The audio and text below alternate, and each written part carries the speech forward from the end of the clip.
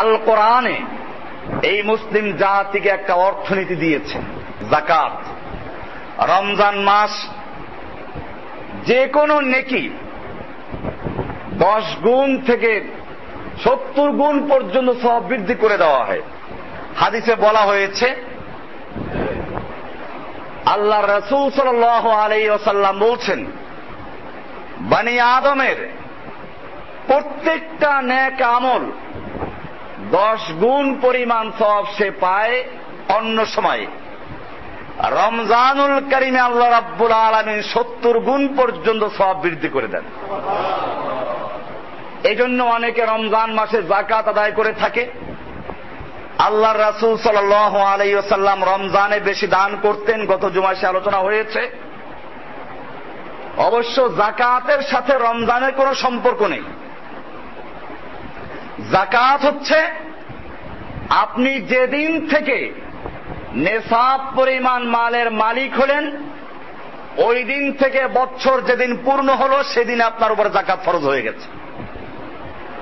এজন্য এটা মনে রাখতে হবে, যাকাতের সঙ্গে রমজানের কোনো সম্পর্ক নেই।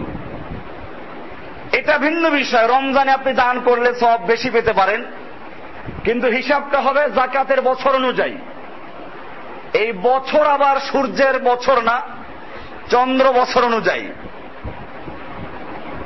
এটা গুরুত্বপূর্ণ বিষয়। যাকাত এটা কোনো অনুগ্রহ না। যাকাত পাতলা লুঙ্গি শাড়ি দেওয়ার জন্য না। রমজান মাস এলেই দেখবেন এক শ্রেণীর মিলের মালিকেরা বড় বড় বিজ্ঞাপন দেয়, যাকাতের লুঙ্গি শাড়ি পাওয়া যায়, অমুক বড় মেয়া লুঙ্গি শাড়ি দিবেন। এটা নেওয়ার জন্য মানুষ পায়ের তলে পড়ে মারা যায়। এইটা যাকাতের উদ্দেশ্য না। যাকাতের উদ্দেশ্য এর দ্বারা ধ্বংস হয়, ব্যাহত হয়। যাকাতের উদ্দেশ্য হচ্ছে এই, যাকাতের মাধ্যমে একটা দারিদ্র সমাজকে, মানুষের মধ্যে যে বৈষম্য সৃষ্টি হয়, এইগুলোকে সমান তালে নিয়ে আসাই হচ্ছে যাকাতের বড় উদ্দেশ্য। এই বছর যে লোকটা যাকাত নিবে, আগামী বছর যেন সে যাকাত দিতে পারে সেই ব্যবস্থা করা। আমরা সে আলোচনা ইনশাআল্লাহ একটু পরে করছি। পৃথিবীতে মানুষের মধ্যে অর্থনৈতিক অবস্থা, দুটো অর্থনীতি বিরাজ করছে। একটা হচ্ছে পুঁজিবাদী অর্থনীতি। এটার খোলাসা হচ্ছে এই পৃথিবীর মানুষেরা একদিকে একদল মানুষ ধনী হচ্ছে, আর একদল গরিব হচ্ছে। পুঁজিবাদী অর্থনীতির মূল ভিত্তি হচ্ছে এখানে ব্যক্তির মালিকানা স্বীকার করা হয়। কারণ হচ্ছে এই, মালিকানা না থাকলে মানুষ লাভের লোভী কাজ করবে না। মালিকানা থাকলে মানুষ উৎপাদনের জন্য প্রতিযোগিতা করবে, দেশের আয় উন্নতি বাড়বে। এজন্য এই পুঁজিবাদী অর্থনীতিতে মালিকানা স্বীকার করা হয় ব্যাপক হারে। এর কারণে একদিকে মানুষ ধনী শ্রেণী ধনী হচ্ছে, আর একদিকে গরিবগুলো গরিব হয়ে যাচ্ছে। এর বিপরীতে এটার থেকে বাঁচার জন্য পৃথিবীতে আর একটা অর্থনীতি আত্মপ্রকাশ করল, সমাজতান্ত্রিক অর্থনীতি। এরা একটা সুযোগ পেল এই পুঁজিবাদীর থেকে মুক্ত করার জন্য। এরা স্লোগান দিতে শুরু করলো, কেউ 10 তলায়, কেউ গাছতলায়, কেউ 5 তলায়, এরকম থাকবে না। সকল মানুষের মধ্যে সমান ভাগ করে সুযোগ সুবিধা দিতে হবে। মানুষেরা দলে দলে এই স্লোগানে বিশ্বাস করে সমাজতন্ত্রে ঢুকতে শুরু করলো। এটাও একটা মিথ্যা স্লোগান। আপনারা জানেন, একটা দেশ চালাতে হলে সেখানে অনেক স্তর তৈরি করতে হয়। গ্রাম পুলিশ, এরপরে পুলিশ, এরপরে দারোগা, এরপরে এসপি, এরপরে ডিসি, অমুক তমুক, এরকম হাজার স্তর তৈরি করে একটা দেশ পরিচালনা করতে হয়। যদি বলা হয় ক্ষমতার দিক থেকে বিভিন্ন স্তর থাকবে, সুযোগ সুবিধায় ভিন্ন ভিন্ন থাকবে, এটাও বাস্তব। আমরা লক্ষ্য করেছি এই পৃথিবীর ইতিহাসে যারা সমাজতন্ত্রের স্লোগান নিয়ে মাঠে নেমেছিল তাদের জীবনযাত্রা এবং ওই দেশের সাধারণ নাগরিকদের জীবনযাত্রার মধ্যে পার্থক্য ছিল, ভোগ বিলাসিতায় পার্থক্য ছিল। এছাড়া এর মধ্যে সবচেয়ে যে বড় ক্ষতি তা হচ্ছে দেশের সমস্ত অর্থনীতি মুষ্টিমেয় কয়েকজন লোকের হাতে কুক্ষিগত হয়, আর দেশের সমস্ত জনগণ সবগুলো শ্রমিকে পরিণত হয়। দেশের সমস্ত কলকারখানা, আয়ের উপকরণ সবগুলো রাষ্ট্রের মালিকানায় থাকে, আর জনগণ শ্রমিকের মতো কাজ করতে থাকবে। এটা এরকম, একজন লোক ডাক্তারের কাছে গেল যে আমার মাথা ধরে গেছে, মাথা ব্যথা হচ্ছে। ডাক্তার বলল মাথা কেটে ফেলে দাও, আর মাথা ধরবে না। ঠিক এরকম ভাবে পুঁজিবাদের থেকে বাঁচার জন্য যখন মানুষেরা সমাজতন্ত্রের কাছে গেল, সমাজতন্ত্র মানুষের ব্যক্তি স্বাধীনতা, মানুষের মানবতাকে ধ্বংস করে দিয়ে সমস্ত মানুষকে রাখাল শ্রমিকে পরিণত করে এরপরে বলল সকলে সমান ভাগ করো। মানুষ যখন এদের ফাঁকা আওয়াজ বুঝতে পারল, তখন এই সমস্ত বক্তব্য যারা দিয়েছিল, লেনিন, কার্ল মার্কস, এরকম বড় বড় যাদের বড় বড় মূর্তিগুলো রাশিয়ার বড় বড় শহরে শোভা পাচ্ছিল, সবগুলোকে ক্রেন দিয়ে টেনে নদীতে ফেলে দিয়েছে। এই দুইয়ের মাঝামাঝি আর একটা অর্থনীতি হচ্ছে কোরআনের অর্থনীতি। আল্লাহ সুবহানাহু ওয়া তাআলা পবিত্র কোরআনে পরিষ্কার ঘোষণা করে দিয়েছেন, নাহনু কাসামনা বাইনাহুম মাঈশাতাহুম ফিল হায়াতিদ দুনিয়া। আল্লাহ রাব্বুল আলামিন বলেন, দুনিয়ার জীবনে মানুষের জীবিকা আমি আল্লাহ নিজে বন্টন করেছি। বন্টন করেছেন কে? ওয়া রাফা'না বা'দাহুম ফাওকা বা'দিন দারাজাতিন। আমি মানুষের মধ্যে অর্থনৈতিকভাবে একজনের উপর আর একজনকে প্রাধান্য দিয়েছি, কাউকে বড়লোক করেছি, কাউকে গরিব করেছি।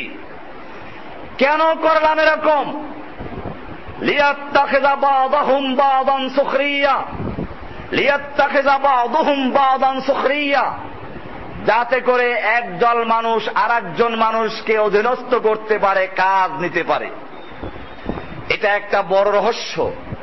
দুনিয়ার সব মানুষ যদি এক শ্রেণী ধনী হতো, আপনার রাস্তা পরিষ্কার করার সুইপার পাওয়া যেত না, বাথরুম পরিষ্কার করার লোক পাওয়া যেত না, মেথর কুলি মজুর পাওয়া যেত না, পৃথিবীর নিজাম ভেঙ্গে পড়ত। আল্লাহ রাব্বুল আলামিন সেজন্য বলছেন, আমি মানুষের মধ্যে বিভিন্ন স্তর তৈরি করেছি, লিয়াত্তাখিযা বা'দুহুম বা'দান সুখরিয়া, যাতে একদল মানুষ আর একদল মানুষকে কাজে লাগাতে পারে, অধীনস্থ করতে পারে, কাজ নিতে পারে। সূরা আয-যুখরুফ 32 নম্বর আয়াত। আরো আয়াত আল্লাহ তাআলা আরেকটা উদ্দেশ্য বয়ান করেছেন, সূরা আনামের 165 নম্বর আয়াত। ওয়াল্লাযী জাআলাকুম খালাইফাল আরদি ওয়া রাফা বা'দাকুম ফাওকা বা'দিন দারাজাত। আল্লাহ তোমাদেরকে এই পৃথিবীর প্রতিনিধি এবং খলিফা বানিয়েছেন। মানুষ সবই খলিফা, কাল পীরের খলিফা না। আল্লাহ বলেছেন, ওয়াল্লাযী জাআলাকুম খালাইফাল আরদ, তিনি তোমাদেরকে জমিনের খলিফা বানিয়েছেন। ওয়া রাফা বা'দাকুম ফাওকা বা'দিন দারাজাত, আর তোমাদের মধ্যে এক মানুষকে আর একজন মানুষের উপরে, এক দলকে আর এক দলের উপরে আল্লাহ তাআলা বিভিন্ন স্তরে প্রাধান্য দিয়েছেন। কেন? আরেকটা কারণ, লিয়াবলুয়াকুম ফীমা আতাকুম। আল্লাহ রাব্বুল আলামিন তোমাদেরকে যে সম্পদ দান করেছেন, এখানে তোমাদের পরীক্ষা করতে চান তুমি সম্পদ পেয়ে আল্লাহকে ভুলে গেল কিনা।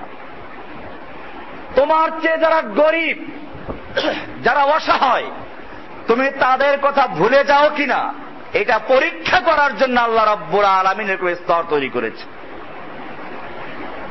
এরপরে আল্লাহ রাব্বুল আলামিন পরিষ্কার ঘোষণা করছেন, অফি আমওয়ালিহিম হাক্কুল লিস-সাইলি ওয়াল মাহরুম। ধনীদেরকে যে সম্পদ দেওয়া হয়েছে, এই সম্পদের পুরা সম্পদের মালিক সে একা নয়, এই সম্পদের মধ্যে গরিব, প্রার্থী, বঞ্চিতদের অধিকার রয়েছে। একটা মূলনীতি পাওয়া গেল। আল্লাহ রাব্বুল আলামিনের দেওয়া অর্থনীতি একদিকে পুঁজিবাদের মতো ঢালাও মালিকানা স্বীকার করে না, অপরদিকে সমাজতন্ত্রের মতো কোন মালিকানাকে অস্বীকার করে না। এই দুইয়ের মাঝামাঝি যেখানে মালিকানা স্বীকার করা হয়, এতে লাভ হচ্ছে এই, যখন মালিকানা স্বীকার করা হলো, এখন একজন কৃষক সে জানবে আমি যা কিছু আয় করবে তার মালিক আমি, বেশি উৎপন্ন করবে, শ্রমিক বেশি কাজ করবে, এর দ্বারা আয় উন্নতি, আয় বাড়বে, উন্নয়ন বাড়বে। অপরদিকে মানুষের মধ্যে যাতে বিশাল পার্থক্য সৃষ্টি না হয়, এজন্য আল্লাহ রাব্বুল আলামিন বললেন যে ওয়াফি আমওয়ালিহিম হাক্কুন লিস-সাইলি ওয়াল মাহরুম, সূরা জারিয়াতের 19 নম্বর আয়াত। ধনীদের মালের মধ্যে রয়েছে গরিবদের অধিকার, বঞ্চিতদের অধিকার। এটা কোনো অনুকম্পা না, অনুগ্রহ না যে আপনি পাতলা শাড়ি দিলেন। আল্লাহ রাব্বুল আলামিন বলেছে অধিকার। কোরআনের আরো এক আয়াতে বলা হয়েছে, সূরা আল মাআরিজ এর 19 থেকে 25 নম্বর আয়াত আল্লাহ তাআলা বলছেন, ইন্নাল ইনসানা খুলিকা হালুআ, নিশ্চয় মানুষকে তৈরি করা হয়েছে লোভী করে। ইদা মাসসাহুশ শাররু জাজুআ, যখন কোন বিপদ আপদ দেখা দেয় তখন সে তাড়াহুড়া করে, ঘাবড়ে যায়। ওয়া ইদা মাসসাহুল খায়রু মানুআ, আর যখন তাকে আল্লাহ রাব্বুল আলামিন ভালো কিছু দেন, সম্পদ দান করেন, সে তখন অন্যকে দেওয়া থেকে বিরত থাকে। ইল্লাল মুসাল্লিন, তবে আল্লাহ তাআলা বলছেন মুসাল্লিদের ভিন্ন বিষয়। আল্লাযীনা হুম আলা সালাতিহিম দাইমুন, যারা সালাতের উপরে স্থায়ীভাবে আমল করে। ওয়াল্লাযীনা ফি আমওয়ালিহিম হাক্কুন মালুম, আর যাদের মালের মধ্যে নির্দিষ্ট অংশ রয়েছে। লিস-সাইলি ওয়াল মাহরুম, প্রার্থী এবং বঞ্চিতদের জন্য। এখানে আল্লাহ রাব্বুল আলামিন বলেছেন হাক্কুন মালুম, নির্দিষ্ট হক। তার মানে বোঝা গেল যাকাত আপনি লামসাম দিলে চলবে না। যাকাত যেহেতু আল্লাহর পক্ষ থেকে নির্ধারিত, আপনি হিসাব নিকাশ না করে কিছু একটা দিয়ে দিলেন, এর দ্বারা হয়তো দানের সওয়াব পাওয়া যাবে, যাকাত আদায় হবে না। কারণ আল্লাহ রাব্বুল আলামিন পরিষ্কার বলেছেন ওয়াল্লাযীনা ফি আমওয়ালিহিম হাক্কুন মালুম, সূরা মাআরিজের 24 নম্বর আয়াতে আল্লাহ বলেছেন হাক্কুন মালুম, সুনির্দিষ্ট হক, সুনির্দিষ্ট অধিকার রয়েছে। এখানে কোনো কম বেশি করা যাবে না। একজন লোক আপনার কাছে যেমন 1000 টাকা পায়, আপনাকে 1000 টাকাই দিতে হবে, কিছু দিয়ে আপনি পার পাবেন না। এমনি ভাবে আল্লাহ রাব্বুল আলামিন যাকাত ফরজ করেছেন। আল্লাহ বলছেন নির্দিষ্ট হক, গরিবদের অধিকার রয়েছে। এই অর্থনীতি বাস্তবায়ন করতে পারলে সমাজের মধ্যে উঁচু নিচুর পার্থক্য এত বড় থাকবে না। একদল শাসক শোষক, আর এক দল হবে নির্যাতিত, এটা আর থাকবে না। যাকাত এজন্য ইসলামের একটা গুরুত্বপূর্ণ অংশ। এই যাকাত সম্পর্কে আল্লাহ সুবহানাহু ওয়া তাআলা কোরআনে যতবার সালাতের কথা বলেছেন, প্রায় ততবার যাকাতের কথা বলেছেন। যাকাত, সালাত এবং যাকাত এ দুটোকে একাত্র কেন করা হয়েছে? আমরা বলি নামাজ রোজা, নামাজ রোজা না, কোরআনের ভাষা হচ্ছে নামাজ যাকাত, সালাত আর যাকাত। এর কারণটা কি? আস-সালাতু হাক্কুল্লাহ, সালাত হচ্ছে আল্লাহর হক। এর মাধ্যমে আল্লাহর সামনে সেজদা করা হয়। আর যাকাত হচ্ছে ইহসান ইলা ইবাদিহি, আল্লাহর বান্দাদের উপর অনুগ্রহ করা। তার মানে আল্লাহকে সেজদা করে আল্লাহর প্রতি আনুগত্য প্রকাশ করলাম, এবারে আল্লাহর নির্দেশে আল্লাহর বান্দাদেরকে যাকাত দিয়ে অনুগ্রহ করলাম, এটার নাম হচ্ছে যাকাত। এই যাকাত এটা একটা ইসলামের গুরুত্বপূর্ণ অর্থনৈতিক ব্যবস্থা। কারণ হচ্ছে এই, আল্লাহ রাব্বুল আলামিন যাকাতকে কোন সময় মাথা পিছু ধার্য করেছেন, আবার কোন সময় মালের উপরে আরোপ করেছেন। মাথা পিছু যাকাত ফরজ করেছেন, যেমন সাদাকাতুল ফিতর, যাকাতুল ফিতর এটা মাথা হিসাব করে দিতে হবে, নিজেরটা, নিজের অধীনস্থ যারা আছে তাদেরটা, এটা হলো মাথা পিছু। আর এক প্রকার যাকাত হচ্ছে মালের উপরে, মজুদ যে মালগুলো আছে, আমদানির যে মাল আছে, এর উপরে যাকাত দেওয়া। এমনি ভাবে যাকাত এটা একটা সামাজিক ব্যবস্থাও। যাকাতের মাধ্যমে ধনীরা গরিবদেরকে সাহায্য করে, এর মাধ্যমে ধনী গরিবের পার্থক্য কমে আসে। যাকাত একটা রাজনৈতিক ব্যবস্থা। আল্লাহ রাব্বুল আলামিন যাকাতকে এত কড়া ভাবে হুকুম করেছেন, যাকাত আদায় করতে হবে। এরকম যাকাত যারা আদায় করবে তাদের বেতন আদি সবকিছু কোরআনে উল্লেখ করা হয়েছে। যাকাত একটা নৈতিক অবস্থাও। মানুষের প্রতি মানুষের সহানুভূতি, গরিবের প্রতি দয়া, এর বহিঃপ্রকাশ ঘটে যাকাতের মাধ্যমে। সর্বোপরি যাকাত হচ্ছে একটা দ্বীনি ব্যবস্থা। আল্লাহর নির্দেশ পালন করার জন্য ইবাদত আকারে যাকাত আদায় করতে হবে। যাকাতের মাধ্যমে যখন মানুষেরা একটা অর্থনৈতিক ব্যবস্থা দাঁড় করায়, তখন মানুষের মধ্যে পারস্পরিক সহযোগিতা, সৌহার্দ্যতা, ভালোবাসা তৈরি হয়।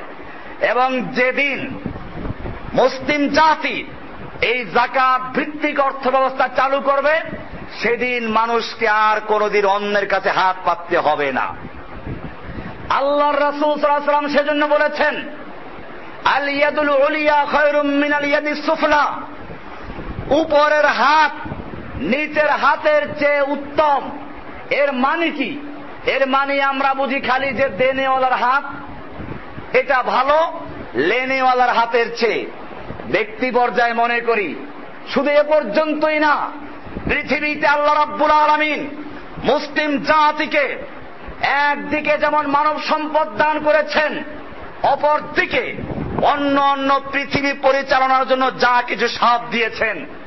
রাবারের সম্পদ মুসলিম জাতির কাছে, যা না হলে প্লেনের চাক্কা চলবে না। পেট্রোল মুসলিম জাতির কাছে, স্বর্ণ মুসলিমদের হাতে।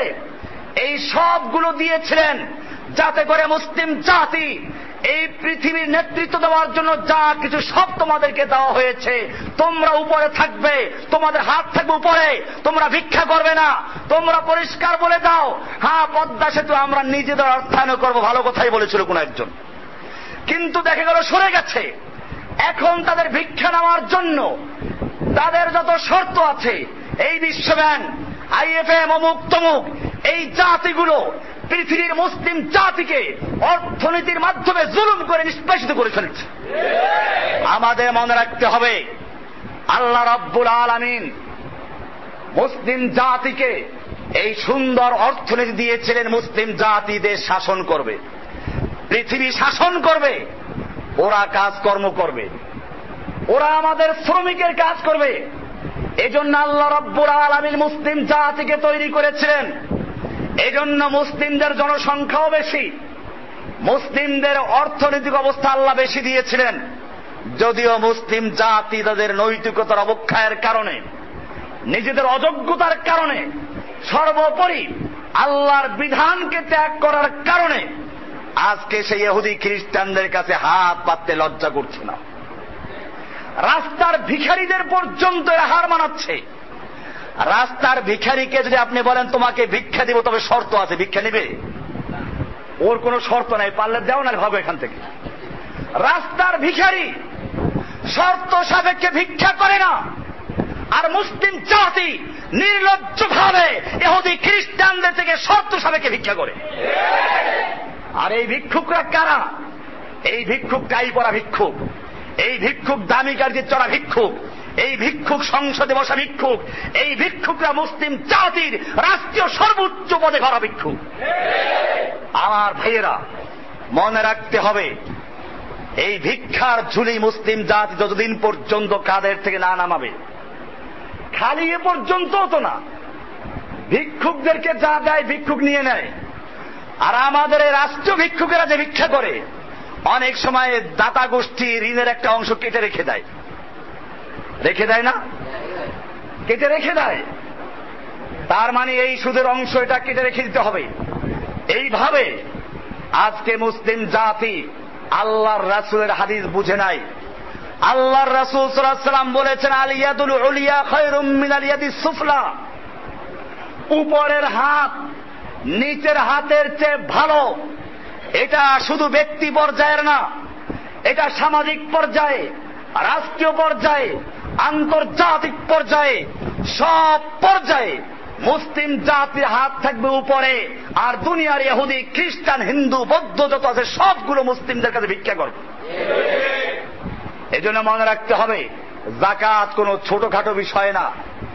যাকাত আল্লাহ রাব্বুল আলামিন নিজে ফরজ করেছেন। যাকাত কোরআনে যতবার সালাতের কথা রয়েছে ততবার যাকাতের কথা রয়েছে। যাকাত আল্লাহ সুবহানাহু ওয়া তাআলা একবার ফরজ করলেই চলতো, একবার বললেই চলতো, কোরআনে বহু আয়াতে বারবার বলেছেন। যাকাত শুধুমাত্র এই মুসলিম জাতির উপরই ফরজ করা ছিল না। এবারে আমি কোরআনের থেকে দেখাবো, যুগে যুগে আল্লাহ তাআলা যত নবী রাসূল প্রেরণ করেছেন সব নবীদেরকে যাকাতের নির্দেশ দিয়েছেন। ইব্রাহিম আলাইহিস সালাতু ওয়াস সালাম মুসলিম জাতির পিতা, কোরআনের সূরা আম্বিয়ার 73 নম্বর আয়াতে বলেছেন, ওয়াজআলনাহুম আইম্মাতান ইয়াহদুনা বিআমরিনা। আল্লাহ তাআলা অনেকগুলো নবীদের নাম নিয়ে, ইব্রাহিম আলাইহিস সালামের নাম নিয়ে, তার সন্তানদের নাম নিয়ে বলছেন, ওয়াজআলনাহুম আইম্মাতান, আমি তাদেরকে ইমাম বানিয়েছিলাম, লিডার বানিয়েছিলাম, পৃথিবীর নেতা বানিয়েছিলাম। মুসলিমরাই লিডার হবে, নেতা হবে। আইম্মাতান, ইমাম। এই ইমাম মানে মসজিদের ইমাম না, যাদেরকে মনে চাইলে কমিটি একেবারে কান ধরে নামাই দিল, এই ইমামের কোনো অর্থ নেই। আল্লাহ রাব্বুল আলামিন বলছেন, ওয়াজআলনাহুম আইম্মাতান, আমি তাদেরকে ইমাম বানিয়েছি, ইয়াহদুনা বিআমরিনা, যারা আমার নির্দেশে মানুষকে পরিচালনা করত। ওয়াওহাইনা ইলাইহিম ফিআল খায়রাত, আমি সমস্ত নবীদেরকে, ইব্রাহিমকে এবং তার সন্তানদেরকে হুকুম করেছি ফিআল খায়রাত, কল্যাণময় কাজ করার জন্য। এরপরে বলছেন, ওয়া ইকামিস সালাতি ওয়া ইতাইজ যাকাত, আমি তাদেরকে হুকুম করেছিলাম সালাত আদায় করার জন্য, কায়েম করার জন্য এবং যাকাত আদায় করার জন্য। ওয়া কানু লানা আবিদিন, আল্লাহ বলছেন তারা আমার সত্যিকার অর্থে আনুগত্যশীল বান্দা ছিল, তারা আমার হুকুমকে পালন করে চলেছে। যাকাত ইব্রাহিমের উপরে ফরজ ছিল। ইসমাঈল সম্পর্কে আল্লাহ বলছেন সূরা মারিয়ামের 55 নম্বর আয়াতে, ওয়া কানা ইয়া'মুরু আহলাহু বিস-সালাতি ওয়াজ-যাকাতি ওয়া কানা ইনদা রাব্বিহি মারদিয়া। হযরত ইসমাঈল আলাইহিস সালাম সম্পর্কে আল্লাহ বলছেন, তিনি তার পরিবারকে সালাত এবং যাকাতের হুকুম করতেন। ওয়া কানা ইনদা রাব্বিহি মারদিয়া, এবং তিনি তার রবের কাছে সন্তুষ্ট এবং পছন্দনীয় ব্যক্তি ছিলেন, আল্লাহর পছন্দের লোক ছিলেন। এমনি ভাবে মূসা আলাইহিস সালাম আর একজন নবী, আল্লাহ তাআলা বলছেন, ওয়ালাকাদ আখাযাল্লাহু মিসাকা বনি ইসরাঈল ওয়া বা'আথনা মিনহুম 12 নাকীবা ওয়া ক্বালা আল্লাহু ইন্নী মাআকুম। আল্লাহ তাআলা বলছেন, আমি বনি ইসরাঈলদের থেকে অঙ্গীকার আদায় করেছি এবং তাদের থেকে 12 জন লোককে আমি প্রতিনিধি বানিয়েছিলাম। ওয়া ক্বালা আল্লাহু, এবং আল্লাহ বললেন, ইন্নী মাআকুম, আমি তোমাদের সঙ্গে আছি, তবে শর্ত আছে। লাইন আকামতুমুস সালাতা ওয়া আতাইতুমুজ যাকাতা, যদি তোমরা সালাত কায়েম করো এবং যাকাত আদায় করো তাহলে আমি আল্লাহ তোমাদের সঙ্গে আছি। বোঝা গেল, যদি কোনো জাতি রাষ্ট্রীয়ভাবে সালাত আদায় করে, রাষ্ট্রীয়ভাবে যাকাত প্রতিষ্ঠা করে, সেই জাতির সঙ্গে আল্লাহ নিজে আছেন, আল্লাহর শক্তি আছে, দুনিয়ার কোন শক্তি তাদেরকে দমন করতে পারবে না। এখানেই মুসলিম জাতি ধরা পড়ে গেছে। মুসলিম জাতি আল্লাহর বিধান সালাতকে বাদ দিয়ে, আল্লাহর দেওয়া বিধান যাকাতকে বাদ দিয়ে যখন ইহুদি খ্রিস্টানদের কাছে যাকাতের ভিক্ষার ঝুলি দারাজ করে দিয়েছে, তখন থেকে আল্লাহ রাব্বুল আলামিন মুসলিম জাতিকে সাহায্য করার হাত উঠিয়ে নিয়ে গেছে। সূরা মায়দার 12 নম্বর আয়াতে কথা বলা হয়েছে। এরপরে আল্লাহ রাব্বুল আলামিন ঈসা আলাইহিস সালাম সম্পর্কে বলছেন, ওয়াজআলানি মুবারাকান আইনামা কুনতু ওয়া আওসানি বিস সালাতি ওয়াজ যাকাতি মা দুমতু হাইয়া। ঈসা আলাইহিস সালাম সম্পর্কে আল্লাহ বলছেন, তিনি তার জাতিকে জানিয়ে দিলেন সূরা মারইয়ামের 31 নম্বর আয়াতে, ওয়া আওসানি বিস সালাতি ওয়াজ যাকাতি, আল্লাহ তাআলা আমাকে সালাত এবং যাকাতের হুকুম করেছেন মা দুমতু হাইয়া, আমি যতক্ষণ পর্যন্ত জীবিত থাকব, মৃত্যু না হবে, মরার আগ পর্যন্ত আমাকে সালাত এবং যাকাতের জন্য হুকুম করেছেন। বোঝা গেল ঈসা আলাইহিস সালামের প্রতি যাকাতের হুকুম ছিল। ভাইয়েরা আমার, এরপরে যাকাত সম্পর্কে আমরা এতক্ষণ আলোচনা করলাম। এই যাকাত শুধু ইসলামের আমাদের এই মুহাম্মদ সাল্লাল্লাহু আলাইহি ওয়াসাল্লামের উপরই ফরজ করা হয় নাই, আগের থেকেও ছিল। এবারে আসবো আমরা যাকাত সম্পর্কে। যাকাত যদি আদায় না করা হয় তাহলে আল্লাহ রাব্বুল আলামিন শাস্তির ব্যবস্থা করেছেন। শাস্তি একটা হচ্ছে দুনিয়াবী শাস্তি, আর একটা হচ্ছে আখিরাতের শাস্তি। দুনিয়াবী শাস্তি আবার দুই রকম।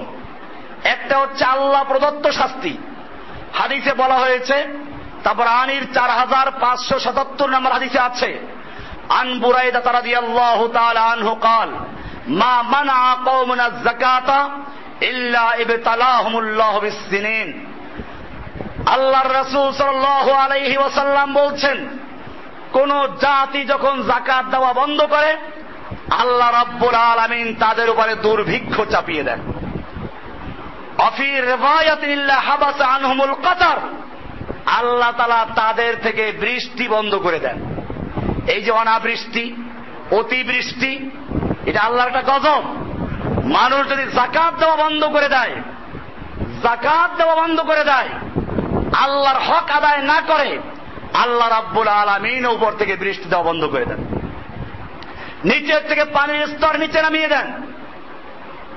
আপনারা জানেন, বিভিন্ন অঞ্চলে আমরা শুনতে পাই যে আগে যে পর্যন্ত পানির স্তর ছিল, পানির স্তর তার থেকে অনেক নিচে চলে গেছে, টিউবওয়েল থেকে পানি পাওয়া যাচ্ছে না। কারণটা কি? কারণ কোরআনে আল্লাহ তাআলা বলে দিয়েছেন, ফামাইয়াতিকুম বিমাইম মাইন, আল্লাহ যদি পানির স্তরকে নিচে নামিয়ে দেন, তোমাদের কার ক্ষমতা আছে সেই পানির স্তরকে উপরে তুলে আনার? আল্লাহ ডাইরেক্ট বলে দিয়েছেন। যাকাতের পার্থিব শাস্তি একটা আল্লাহ প্রদত্ত, আর একটা হচ্ছে মুসলিম শাসন যখন থাকবে, যাকাত না দিলে ব্যক্তি পর্যায়ে তাকে গ্রেফতার করা হবে, যাকাত না দিলে তাকে গ্রেফতার করা হবে, জেলে আটকে শাস্তি দেওয়া হবে। আর যদি দলবদ্ধভাবে যাকাত দিতে অস্বীকার করে, সেক্ষেত্রে তাদের বিরুদ্ধে যুদ্ধ করা হবে। যতক্ষণ পর্যন্ত একজন মুসলিম যাকাত না দিবে ফরজ হওয়া সত্ত্বেও, ইসলামী রাষ্ট্রে তার জান মালের কোন নিরাপত্তা দেওয়া হবে না। হাদিসটা বুখারীর 24 নম্বর হাদিস, ইবনে ওমর রাদিয়াল্লাহু তাআলা আনহু থেকে বর্ণিত, ক্বালা উমিরতু আন উকাতিলান নাস, আল্লাহর রাসূল সাল্লাল্লাহু আলাইহি ওয়াসাল্লাম বলছেন, আমাকে মানুষের বিরুদ্ধে যুদ্ধ করার নির্দেশ করা হয়েছে। কতক্ষণ পর্যন্ত? হাত্তা ইয়াশহাদু আল্লা ইলাহা ইল্লাল্লাহ ওয়া আন্না মুহাম্মাদার রাসূলুল্লাহ, যতক্ষণ না এই সাক্ষী দিবে আশহাদু আল্লা ইলাহা, আল্লাহ ছাড়া কোন ইলাহ নেই, ওয়া আন্না মুহাম্মাদার রাসূলুল্লাহ, মুহাম্মদ সাল্লাল্লাহু আলাইহি ওয়াসাল্লাম আল্লাহর রাসূল, ওয়া ইউকিমুস সালাতা, আর সালাত কায়েম করবে, ওয়া ইউতুজ যাকাতা, যাকাত আদায় করবে, ফাইদা ফাআলু যালিকা, এই কাজগুলো যখন করবে, আসামু মিন্নি দিমাআহুম ওয়া আমওয়ালাহুম, তখনই কেবলমাত্র আমাদের থেকে তার জান এবং মালের নিরাপত্তা পাবে। এখানে যাকাতের কথা বিশেষভাবে উল্লেখ করা আছে, সালাত আর যাকাত। বোঝা গেল যদি কোনো ব্যক্তি সালাত এবং যাকাত আদায় না করে, মুসলিম রাষ্ট্রে তার জান মালের নিরাপত্তা থাকবে না। এত বড় কঠিন বিষয় সালাত এবং যাকাত। এখন দেখা যায় দুনিয়াতে যতদিন বেঁচে থাকে সালাত আদায় করে না, মরলে পরে জানাজায় ভিড় করে দেয়। ওগুলোর জানাজা পড়ার কি দরকার? একটা নাস্তিক, একটা মদখোর, বেশ্যা, এই যে কয়েকদিন আগে মরলো বিদেশে গিয়ে, এটাকে নিয়ে সারা বাংলাদেশে তোলপাড় সৃষ্টি করলো। সব ঘোষিত নাস্তিক, নাস্তিকদের শিষ্য এবং নাস্তিক তৈরি করেছে লেখার কৌশলের মাধ্যমে এই বাংলাদেশের হাজার হাজার যুবকদেরকে, লক্ষ লক্ষ যুবকদেরকে সুকৌশলে ইসলাম বিদ্বেষী বানিয়েছে, বেপরদা বানিয়েছে, হারামি বানিয়েছে, জেনাকে বদমাশ বানিয়েছে। এই লোকের জানাজা পড়তে লোক চলে গেছে, আর মোল্লাদের অভাব নাই।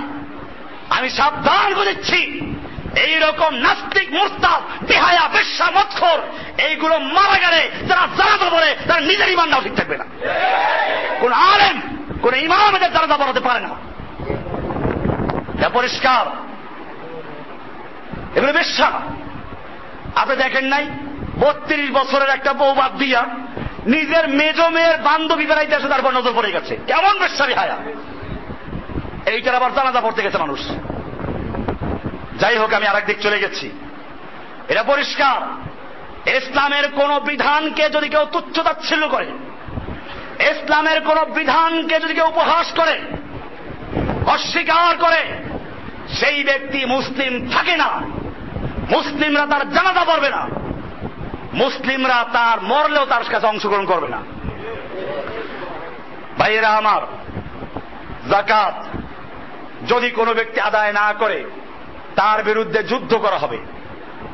আবু বকর সিদ্দিক রাদিয়াল্লাহু তাআলা আনহুর ইতিহাস পড়ুন। তিনি যখন আল্লাহর নবীর ইন্তেকালের পরে খলিফাতুল মুসলিমিন নিযুক্ত হলেন, চতুর্মুখী সমস্যা দেখা দিল। একদিকে একদল লোক মুরতাদ হয়ে গেল। আল্লাহর নবী মুহাম্মদ সাল্লাল্লাহু আলাইহি ওয়াসাল্লাম নবী হবেন, তা মরবেন কেন? আমাদের দেশেও আছে এরকম লোক। আল্লাহ নবী এখনো জীবিত আছে, আল্লাহর নবী মিলাদে হাজির হয়ে যায়, এই জন্য আবার দাঁড়াইয়া সম্মানও করে। এইগুলো মুশরিক। যারা বিশ্বাস করে আল্লাহর নবী মিলাদে হাজির হয়, সবকিছু দেখেন মদিনা বসে, মিলাদের বাস পাইলে, মিষ্টি পাইলে হাজির হয়ে যায় মিষ্টি নেওয়ার জন্য, এইরকম বিশ্বাস যাদের আছে, সেগুলো টুপি থাকতে পারে, দাড়ি থাকতে পারে, নামাজ পড়তে পারে, তাহাজ্জুদ পড়তে পারে, জিকির করতে পারে, মুশরিক এবং আবু জাহেল মরকা মুশরিক। কারণ আবু জাহেলদের আকীদাই ছিল। আল্লাহ রাসূলুল্লাহ নিজে বলেছেন, আল্লাহর রাসূল নিজে বলেছেন, তিরমিজির হাদিস, ইন্না লিল্লাহি মালায়েকাতান সাইয়াহিনা ফিল আরদ, আল্লাহর একদল ফেরেশতা রয়েছে যারা পৃথিবীতে বিচরণ করে, যেখানে আল্লাহর নবীর প্রতি দুরূদ পড়া হয়, ওই ফেরেশতারা আল্লাহর নবীর কাছে পৌঁছাইয়া দেয়। তাহলে কি আল্লাহর নবী নিজে হাজির হয়? হাজির হওয়া সিফাত কার? সবকিছু দেখেন কে? সবকিছু জানেন কে? এই সব কিছু দেখা, সব কিছু শোনা, এই সবগুলোর মালিক একমাত্র আল্লাহ। এরপরে যারা অন্য কাউকে এই জায়গায় অংশগ্রহণ করায়, নবীরা সব দেখে, অলিরা সব দেখে, কাশফ খোলা, 7 আসমান তার নখদর পেয়ে হাসান বসরি, রাবেয়া বসরি পলাবলি খেলাচ্ছিল। সুফিদের বইতে লেখা আছে, তাজকিরাতুল আউলিয়া দেখবেন, একটা বই আছে ভণ্ডদের বই, এটা পরে মানুষ লেখছে। হাসান বসরি রাবেয়া বসরি পালাবালি খেলাচ্ছিল। হাসান বসরি রাবেয়া বসরিকে 7 আসমান জমিন কোথাও খুঁজে পায় নাই। সাগর, মহাসাগর, দ্বীপ উপদ্বীপ, আসমান জমিন, চন্দ্র গ্রহ নক্ষত্র কোথাও নেই। পরবর্তীতে যখন দেখা হলো, জিজ্ঞেস করলো, রাবেয়া তুমি কোথায় ছিলে? আর রাবেয়া বসরি বলল যে আমাকে তুমি পাইবা কেমনে, আমি তো আল্লাহর আরশের তলে গিয়ে পালাইছিলাম। কি সুন্দর পালাবলি খেলানো। আল্লাহর নবী যখন মেরাজে গেলেন, আল্লাহর নবীকে প্রত্যেকটা আসমানে জিজ্ঞেস করা হয়েছে। মেরাজের হাদিসগুলো পড়ুন। জিজ্ঞাসাবাদ শেষে দরজা খোলা হয়েছে। এরপরে আল্লাহর নবী মেরাজে গেলেন, আর আমাদের হাসান বসরি, রাবেয়া বসরি আর বুজুর্গেরা, পীর সাহেবরা লাফ দিয়ে আরশে চলে যায়, কোন রকম আসমানের দরজা খোলার কোন দরকার হয় না। এই সমস্ত ভণ্ডামি দেশে চলছে। এই জন্য মনে রাখতে হবে, একদল লোক মুরতাদ হয়ে গেল। এইরকম মার্কা লোকেরা নবীর যুগে থাকলেও মুরতাদ হতো, কারণ নবীকে এরা মানুষ মনে করে না। তো যখন দেখতো মানুষ খায়, পেশাব করে, পায়খানা করে, স্ত্রী ব্যবহার করে, সন্তান হয়, আর এটা কেমন হুজুর? ওই যে কথা আছে, এক ইমাম সাহেব বিয়ে করতে পার মুসল্লি একদল ভাগ থেকে, এটা কেমন ইমাম? বিয়ে করছে ভাগাখান থেকে। তো কয়েকজন মুসল্লি বলে, না না, আমাকে হুজুরে যে বিয়ে করছে, তোমরা যখন বিয়ে করে এরকম বিয়ে না, এটা ভিন্ন রকম বিয়া। আচ্ছা ঠিক আছে, আসতে পার। কয়েকদিন পর মাশাআল্লাহ ইমাম সাহেব মিষ্টি নিয়ে আসছে, বাচ্চা হয়েছে। এখন তো ওই বেটাও কয়, আরে মনে করছিলাম যে হুজুরে বিয়ে করছে ভিন্ন বিয়ে, তো একই বিয়া, নামাজি পড়ানোর পিছনে। এই লোকগুলো যদি দেখতো আল্লাহর নবী বিয়ে করেছেন, আল্লাহর নবীর বাচ্চা হচ্ছে, বলতো কেমন নবী? কোরআনে বলা আছে, মক্কার কুফাররা বলতো, মা আলে হাদার রাসূল, এ কেমন রসুল? ইয়াকুলুত তাআম ওয়া ইয়ামশি ফিল আসওয়াক, খাদ্য খায়, বাজারে যায়, ঘোরাফেরা করে, কেমন রাসূল? এই কারণে মানে নাই। আজকেও যারা আল্লাহর নবীকে অতি মানব, আল্লাহর নবীকে আল্লাহর অংশ, আল্লাহর নবী এখনো জীবিত, সবকিছু দেখে, এই লোকগুলো যদি নবীর যুগে আসতো, তখন দেখতো যে নবী তো মানুষ, নবী তো খাওয়া দাওয়া করে, পেশাব পায়খানা করে, ঘুমায়, স্ত্রী ব্যবহার করে, সন্তান হয়, তখন এই লোকগুলো বলতো, আরে তুমি কেমন রাসূল, তোমার কাছে থাকবোই না, উম্মত হবই না। এই জন্য মনে রাখবেন, আকীদার বিষয়। ভাইরা আমার, একদিকে এইরকম লোকেরা মুরতাদ হয়ে গেল, আর একদিকে আর এক দল লোক করলো কি, আর এক দল লোক নবুয়ত দাবি করলো। আল্লাহ নবী মৃত্যুবরণ করেছেন, ইয়ামান থেকে মুসাইলামাতুল কাজ্জাব নামে এক লোক নবুয়ত দাবি করে বসলো।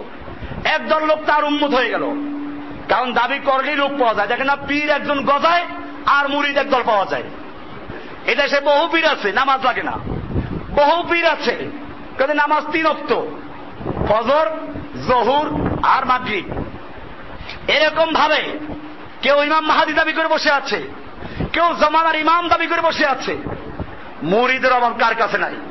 মুসাইলামাতুল কাজ্জাব নবুয়ত দাবি করলো, একদল লোকেরা তার উম্মত হয়ে গেল। আর একদিকে বহিরাগত যে গোয়েন্দাগুলো ছিল, তারাও মোক্ষম সুযোগ মনে করলো, রোম পারস্যের বড় বড় সম্রাটদেরকে বলো মদিনা আক্রমণ করো, এটা মোক্ষম সুযোগ, মুহাম্মদ সাল্লাল্লাহু আলাইহি ওয়াসাল্লাম মরে গেছে। এই মুহূর্তে আর একদল লোক যাকাত দিতে অস্বীকার করে বসল। খুব ভালো করে চিন্তা করুন, অনেকে মনে করে লা ইলাহা ইল্লাল্লাহ পড়লি মুসলমান, নামাজ পড়লি মুসলমান। এই লোকগুলো কিন্তু নামাজ ত্যাগ করে নাই, রোজা ত্যাগ করে নাই, হজ ত্যাগ করে নাই, লা ইলাহা ইল্লাল্লাহ ত্যাগ করে নাই, সব কিছু ঠিক ছিল, শুধু একটা জিনিসকে অস্বীকার করেছে। কোনটাকে? যাকাতটাকে অস্বীকার করেছে। ওমর ইবনুল খাত্তাবের মতো লৌহ মানব, আবু বকর সিদ্দিক অটল। আবু বকর সিদ্দিক বললেন, আল্লাহর নবী একটা সেনাবাহিনী পাঠাইছিলেন যুদ্ধ করার জন্য, ওটা চলে যাবে, আর যাকাত দিতে যারা অস্বীকার করেছে তাদের বিরুদ্ধে যুদ্ধ হবে। ওমর ইবনুল খাত্তাবের মতো লৌহ মানব গলে গেল, পরিস্থিতি দেখে ভয় পেয়ে গেল। আবু বকর, এই মুহূর্তে যাকাত যারা অস্বীকার করছে এদের বিরুদ্ধে যুদ্ধ না করলে হয় না? এরা তো ইসলাম ত্যাগ করে নাই, এরা তো লা ইলাহা ইল্লাল্লাহ বলে, এরা তো সালাতও পড়ে, কোনো কিছুই তো তারা অস্বীকার করছে না, শুধু একটা অস্বীকার করছে। কোনটা? অপরদিকে একদল মিথ্যা নবীর উম্মত হচ্ছে, মক্কায় মদিনা হামলা হচ্ছে, এইগুলো ঠেকান দরকার। আল্লাহর নবীর খলিফা আবু বকর সিদ্দিক রাদিয়াল্লাহু তাআলা আনহু গর্জে উঠলেন, ওমর, আল্লাহর নবীর যুগে ছিলে সিংহের মতো, আর এখন তুমি শিয়াল হয়ে গেছ। জেনে রাখো, আল্লাহর কসম, আল্লাহর নবীর যুগে যারা একটা বকরির বাচ্চা, ছাগলের বাচ্চা যাকাত দিত, আজকে যদি সেটা অস্বীকার করে আমি তার বিরুদ্ধে যুদ্ধ ঘোষণা করলাম। জেনে রাখো, একটা লোক যে আল্লাহর নবীর যুগে উটের সঙ্গে রশি দিত, আজকে যদি ওই রশিটা যদি অস্বীকার করে আমি তার বিরুদ্ধে যুদ্ধ ঘোষণা করলাম। এই কঠোর নীতির পরে ওমর ইবনুল খাত্তাব দেখলেন যে সব ঠান্ডা হয়ে গেছে, বহিরাগত রাষ্ট্রগুলো ভয় পেয়ে গেছে যে না, মুহাম্মদ সাল্লাল্লাহু আলাইহি ওয়াসাল্লাম মারা গেল মুহাম্মাদের সৈনিকেরা দুর্বল হয় নাই, বরং তারা আগের চেয়ে আরো শক্তিশালী হয়েছে। মুরতাদরা ভয় পেয়ে গেল। যাকাত দিতে যারা অস্বীকার করেছে তারাও বুঝতে পারলো এবার আর রক্ষা নাই, আস্তে তারা যাকাত দিতে রাজি হয়ে গেল। বোঝা গেল আবু বকর সিদ্দিক রাদিয়াল্লাহু তাআলা আনহুর অবস্থান ঠিক ছিল। এটাই মুমিনদের পরিচয়। আল্লাহর একটা হুকুম যদি কোনো ব্যক্তি অস্বীকার করে, এই যুগে চলে না মনে করে, এরপরে যদি সে টুপিও রাখে, দাড়ি রাখে, নামাজ পড়ে, রোজা রাখে, তারপরেও সে কাফের মুশরিক, ইসলামে হুকুমত থাকলে তাকে বন্দী করা হবে, বেশি হলে তাদেরকে যুদ্ধ করে হত্যা করে দেওয়া হবে। তাহলে আজকে যে সমস্ত মুসলিম দেশগুলো লা ইলাহা ইল্লাল্লাহ পড়ে, জানাজায়ও যায়, ঈদেও যায়, কিন্তু যদি এদেরকে শোনানো হয় আল্লাহর কোরআনে রমজান মাস কোরআন নাজিলের মাস, আল্লাহর কোরআনে বলা হয়েছে আস-সারিকু ওয়াস-সারিকাতু ফাকতাউ আইদিয়াহুমা, চোর চাই পুরুষ হোক চাই নারী হোক হাত কেটে ফেলে দাও। আইনটা কার? আল্লাহ। এই আইন মানে আদালতে গিয়ে আদালত জজদেরকে জিজ্ঞেস করেন, এমপি মন্ত্রীদেরকে জিজ্ঞেস করেন, তারা বলবে এই যুগে এই আইন চলে না। আল্লাহর আইনকে অচল বানিয়ে দিল। আল্লাহ বলেছেন ইন্নামাল হাররামার রিবা, নিশ্চয় আল্লাহ তাআলা রিবাকে, সুদকে হারাম করেছেন। আপনি গিয়ে বলেন সুদ হারাম, এরা বলবে হারাম, সুদ ছাড়া আমরা চলতে পারি না। আল্লাহর একটা বিধানকে তারা বাতিল করে বিকল্প ব্যবস্থা করেছে। আপনি যদি বলেন জিনার বিচারের বিচার হলো অবিবাহিত হলে পরে জনসমক্ষে 100 দররা মারতে হবে, বিবাহিত হলে পরে পাথর ছুঁড়ে হত্যা করতে হবে, এরা বলবে এটা বর্বর আইন। আপনি যদি বলেন পতিতালয়ের পারমিশন দেওয়া যাবে না, জিনা বিচারকে আল্লাহ হারাম করেছেন, আল্লাহ তাআলা কোরআনে বলেছেন ওয়ালা তাকরাবুজ জিনা ইন্নাহু কানা ফাহিশাতাও ওয়া সাআ সাবিলা, তোমরা জিনা বিচারের ধারে কাছেও যেও না, এটা হারাম। হারাম করেছেন কে? আল্লাহ। এরপরেও যারা বেশ্যাখানার লাইসেন্স দেয়, পতিতালয়ের লাইসেন্স দেয়, ওদের চিকিৎসা ফ্রি করে দেয়, তারা মুসলমান থাকবে? আল্লাহ রাব্বুল আলামিন কোরআনে সম্পত্তি বন্টনের বিধান দিয়েছেন। আল্লাহ তাআলা সূরা নিসার 11 নম্বর আয়াতে বলেছেন ইউসিকুমুল্লাহু ফি আওলাদিকুম লিযযাকারি মিসলু হাজ্জিল উনসায়াইন, আল্লাহ তোমাদেরকে তোমাদের সন্তানদের ব্যাপারে ওসিয়াত করছেন, একজন পুরুষ সন্তান দুজন নারীর সমান সম্পত্তি পাবে। বিধানটা দিয়েছেন কে? যারা বলল আল্লাহ তাআলা নারীদেরকে ঠকিয়েছে, আল্লাহর এই ভাগ ঠিক নাই, এটাকে বাতিল করে নারী পুরুষকে সমান করতে হবে, তারা কার ভুল ধরলো? আল্লাহর হুকুমকে অমান্য করলো। আল্লাহর একটা হুকুম যদি কোনো ব্যক্তি অমান্য করে, যাকাত অস্বীকার করার কারণে আবু বকর সিদ্দিক রাদিয়াল্লাহু তাআলা আনহু ওই লোকগুলোর বিরুদ্ধে যুদ্ধ ঘোষণা করলেন, অথচ ওই লোকগুলো ছিল নবীর সাহাবী। ওই লোকগুলো নবীর কাছে ইসলামের দীক্ষা পেয়েছিল, নামাজ পড়তো, রোজা রাখতো, হজ করতো, লা ইলাহা ইল্লাল্লাহ পড়তো, সব কিছু পড়তো। সুতরাং যারা মানুষকে বিভ্রান্ত করে কয়ে যে লা ইলাহা ইল্লাল্লাহ পড়লে আহলে কিবলা, পশ্চিম দিকে নামাজ পড়ে সে মুসলমান, সে যত অন্যায় করুক তার ইসলাম যাবে না, এইগুলো ভুয়া কথা, মিথ্যা কথা। ইসলামের যে কোনো একটা বিধানকে কোন ব্যক্তি অস্বীকার করে, এই যুগে অচল মনে করে, কোরআন হাদিস দ্বারা প্রমাণিত কোন একটা বিধানকে তুচ্ছ তাচ্ছিল্য করে, সেই ব্যক্তি যত নামাজ রোজা করুক সে ব্যক্তি কাফের এবং মুরতাদ।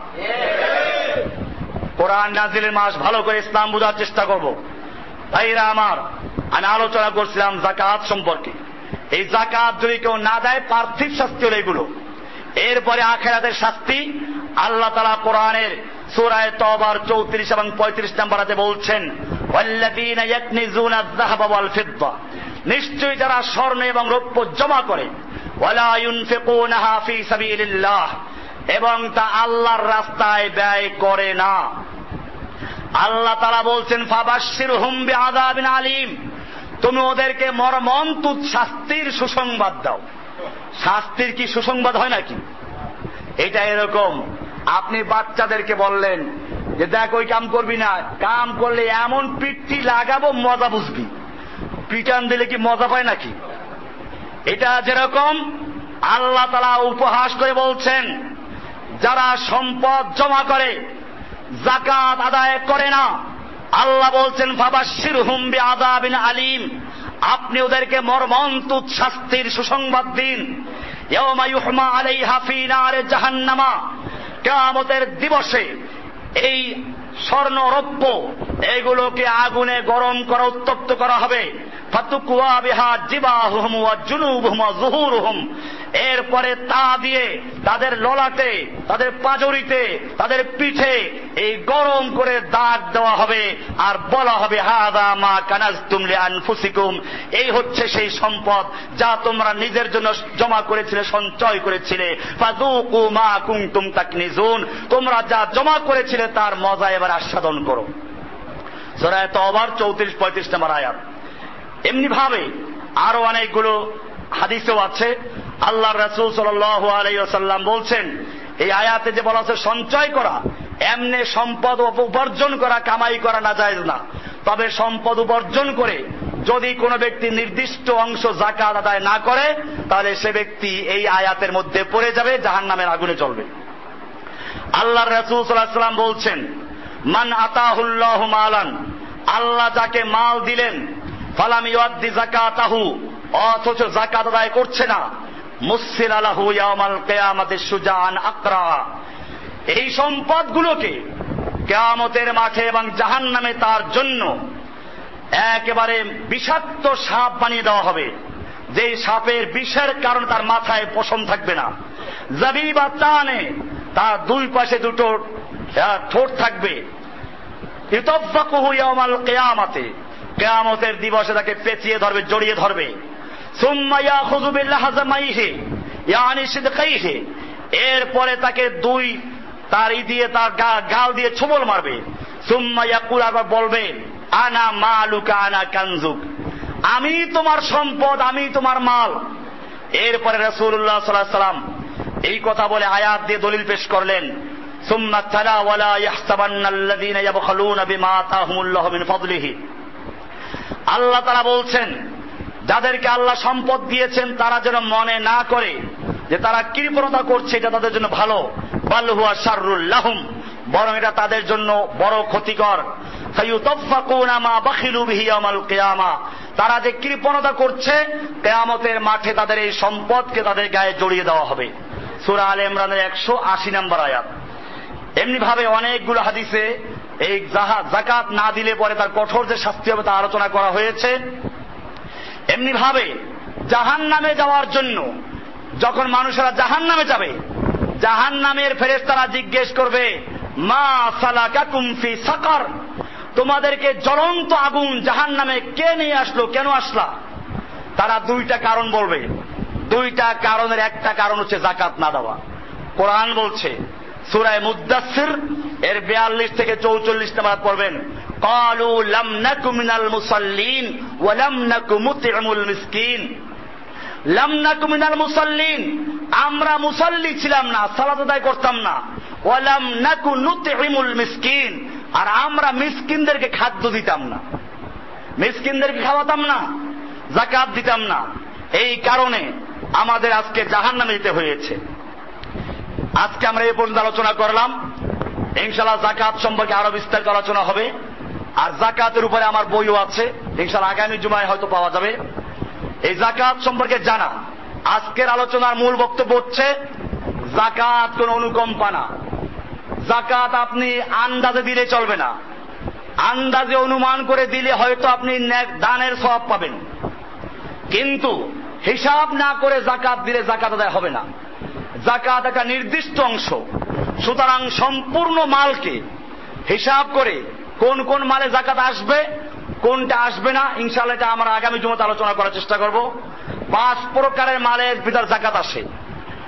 এজন্য নিজের বসবাসের বাড়ি, অথবা ভাড়া দেওয়ার জন্য যে বাড়ি আছে, অথবা কলকারখানা যার থেকে আয় উৎপন্ন হয়, গাড়ি বেচার জন্য না, চালাবার জন্য, উৎপন্ন করার জন্য, এগুলোতে যাকাত নাই। যাকাত আসবে কোনগুলোর জন্য? কেউ জমি কিনলো বিক্রি করার জন্য, এটা পণ্য। এরকম ভাবে কেউ বিল্ডিং করলো বিক্রি করার জন্য, এটা পণ্য, এটা যাকাত আসবে। এরকম ভাবে ব্যবসায়ের মাল যত আছে সেগুলো যাকাত আসবে। নগদ টাকায় যাকাত আসবে, স্বর্ণ থাকলে ঘরে যাকাত আসবে, রৌপ্যে যাকাত আসবে। এই জাতীয় যে বিষয়গুলো আছে ইনশাআল্লাহ 5 প্রকারের মালে যাকাত আসবে, আমরা আলোচনা করবো ইনশাআল্লাহ। এগুলো ভালো করে জানা, জেনে শুনে এরপরে যার যার যাকাত ফরজ হয়, যে পরিমাণ হয় সম্পূর্ণভাবে আদায় করা। রমজান মাস এই সময় আদায় করতে পারেন, বা আপনার বছর হিসাব করে যখন তখন আদায় করবেন। যাকাত দেওয়ার জন্য খাত আছে, আমরা এগুলো ইনশাআল্লাহ আগামী জুমা আলোচনা করার চেষ্টা করব। আমাদের এখানে মাদ্রাসা মার্কাজ আছে, ছাত্র আছে, এখানেও যাকাতের দিতে পারবেন। এছাড়া যাকাতের হক বর্তমান বিশ্বের মুসলিম জাতির জন্য যারা আল্লাহর রাস্তায় জিহাদ করছে, কেতাল করছে, এদের যাকাত দেওয়া যায়। বিভিন্ন খাত আছে, 8টা খাত আছে, আমরা ইনশাআল্লাহ সেগুলো আলোচনা করব। আল্লাহ সুবহানাহু ওয়া তাআলা আমাদের সকলকে বিষয়গুলোকে বুঝার এবং আমল করার তৌফিক দান করুন, আমিন। ওয়া সাল্লাল্লাহু তাআলা আলা নবিয়িনা মুহাম্মদ ওয়া আলিহি ওয়া সাহবিহি আজমাইন।